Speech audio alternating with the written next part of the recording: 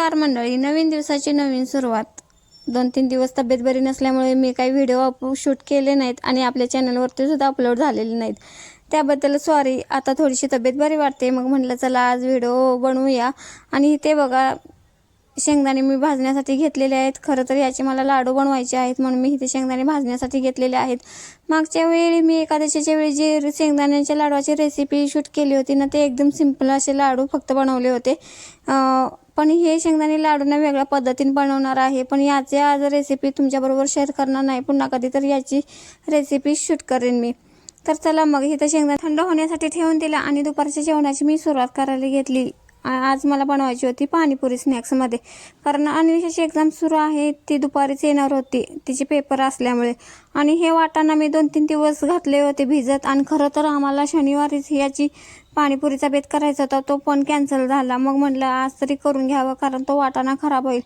यामध्ये ना मी आता डब्यामध्ये ना वाटाणा भिजलेला घेतलेला आहे, त्यामध्येच ना हा बटाटा कट करून घालते, जेणेकरून ना वेळ आणि ना गॅसची दोन्हीची बचत होते। हे कुकरला लावून घेतले आणि दुपारी मला ना पडवळाची भाजी सुद्धा बनवायची होती, त्यासाठी हे पडवळाची वरची साल काढून घेतली आणि आतल्या बियांना सुद्धा ना कट करून घेतले आणि त्या पडवळाच्या ना बारीक फोडी कट करून घेतल्या। खरं तर पडवळाची भाजी आधी कोणी खात नव्हती, पण मागच्या वेळी केल्यापासून ना सगळ्यांना पडवळाची भाजी आवडते। सेम टेस्ट ना दुधी भोपळ्यासारखी लागते। आणि ती भाजी करण्यापूर्वी म्हटलं याच कढईमध्ये ना पाणीपुरीसाठी लागलेल्या पुऱ्या तळून घ्याव्या। नेहमी तर मी पुऱ्या आधीमध्ये कधी घरी करते, पण नाही, यावेळी ह्या विकत आणलेल्या पुऱ्या होत्या आणि विकतच्या पुऱ्या ह्या बघा ना फुगून ना एकदम खूपच मोठ्या होतात। ज्या घरी बनवतात पुऱ्या ना ते एकदम छोट्या आणि छान होतात, पण असो आता तरी ह्या विकतच्या पुऱ्या मी तळून घेतलेल्या आहेत सगळ्या।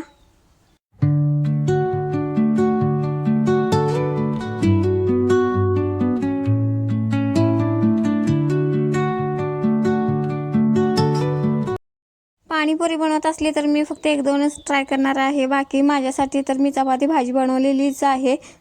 आणि घरातील बाई जर आजारी पडली ना तर पूर्ण घर आजारी पडतात असं म्हणतात, ते काही खोटं नाही। सगळ्यांचीच कामं ना थोडीफार तरी कोलॅप्स होतात आणि एक हाऊसवाईफ बनणं सुद्धा ना सोपं नाहीये।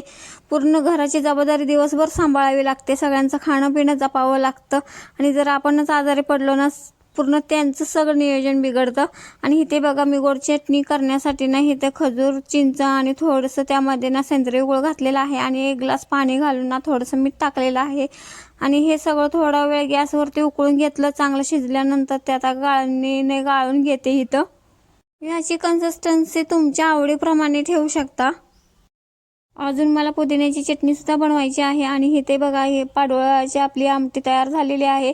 आज मी अजिबात स्पायसी बनवलेली नाही, मागच्या वेळी जो तुमच्याबरोबर व्हिडिओ शेअर केला ना त्यामध्ये सुकी भाजी बनवलेली होती आणि ती खूप स्पायसी होती।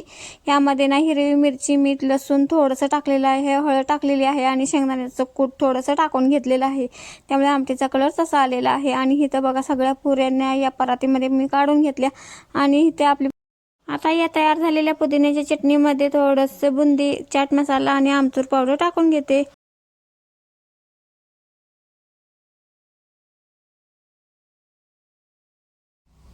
आणि इथे बघा अनुषा स्कूलमधून आल्यानंतर सगळ्यांना इथे ना पाणीपुरी तयार करून देण्यासाठी सगळं मी इथे खाली घेतलेलं आहे सगळं साहित्य। यामध्ये बारीक शेव सुद्धा घेतलेले आहे, दोन्ही चटण्या आहेत, पुऱ्या आहे आणि त्याचबरोबर ना डाळिंब सुद्धा थोडंफार सोलून घेतलेलं आहे आणि कांदा बारीक चिरून घेतलेला आहे। तर चला मग आम्ही इथं पाणीपुरी एन्जॉय करतो। आणि चला इथं आपली सगळी पाणीपुरीचा सेटअप तयार झालेला आहे, आम्ही पाणीपुरी खाऊन घेतो। तोपर्यंत तुम्ही हा व्हिडिओ एन्जॉय करा। आणि खरं तर ना घरी बनवलेली पाणीपुरी कधीसुद्धा चांगलीच असते, विकतच्या पाणीपुरीमध्ये नाही जी घरची टेस्ट येते ना ते कधीच येत नाही। आणि त्यात आता तुकाराम मुंडेंनी सुद्धा ना बाहेरचं खाणं ना कम्प्लिटली बंद करायला सांगितलं, त्यामुळं ना थोडीफार मुलांना भीती घातल्यामुळं ना आता मुलं ना घरी खायचं सवय लावून घेतील असं मला वाटतं, आणि ते एका दृष्टीने बरं झालेलं आहे। इथे सगळ्यांसाठी मी अशा प्लेट तयार करून घेते। आणि पाणीपुरी खाऊन झाल्यानंतर आम्हाला गावाकडे जायचं आहे, थोडंसं काम आहे। तसं तर आम्ही गावाकडे जवळजवळ आता 15-3 आठवडे गेलेलोच नाही, त्यामुळे म्हणलं आज थोडासा पाऊस थांबलेला आहे आणि मला सलाईन सुद्धा तिकडे गावाकडेच लावायची आहे, त्यामुळे आता गावाकडे जायला निघायचं आहे आम्हाला लगेच।